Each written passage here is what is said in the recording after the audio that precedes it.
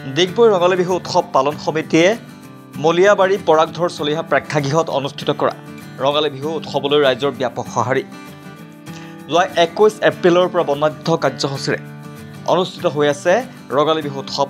আজি পুৱাৰ ভাগত বাহিৰ কৰা হয় বাৰেৰহণীয়া সাংস্কৃতিক শোভাযাত্ৰা। এই শোভাযাত্ৰাত বিভিন্ন সাংস্কৃতিক দলে অংশগ্ৰহণ কৰে।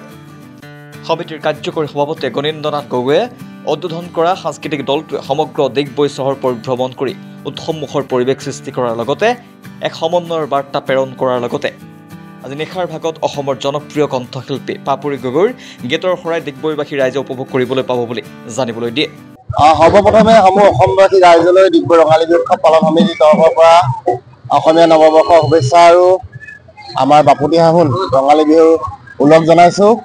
আৰু এইবাৰ ডিগবৈ ৰঙালী বিহু উৎসৱ পালন সমিতিয়ে 5 দিনীয়া কাৰ্যসূচীৰে বিহু সন্মিলনী আয়োজন কৰিছিল আৰু আজি অন্তিম দিন আৰু অন্তিম দিনৰ কাৰ্যসূচী অনুসৰি আজি বাৰেৰহণীয়া সাংস্কৃতিক শোভাযাত্ৰা অনুষ্ঠিত হৈছে, য'ত ডিগবৈৰ বিভিন্ন প্ৰান্তৰ পৰা আহি লোকসকলে আহি সমবেত হৈ সাংস্কৃতিক শোভাযাত্ৰাত অংশগ্ৰহণ কৰিছে। তেওঁলোকক আমি ধন্যবাদ জ্ঞাপন কৰিছোঁ। আৰু নিশাৰ ভাগলৈ আজি অসমৰ জনপ্ৰিয় কণ্ঠশিল্পী পাপৰি গগৈৰ গীতৰ শৰাই আমাৰ ৰাইজে উপভোগ কৰিবলৈ পাব। গতিকে আমি সমূহ ডিগবৈবাসী ৰাইজৰ সহায় সহযোগিতা আৰু উপস্থিতি আমি আজি নিতান্তই কামনা কৰিছোঁ। ধন্যবাদ।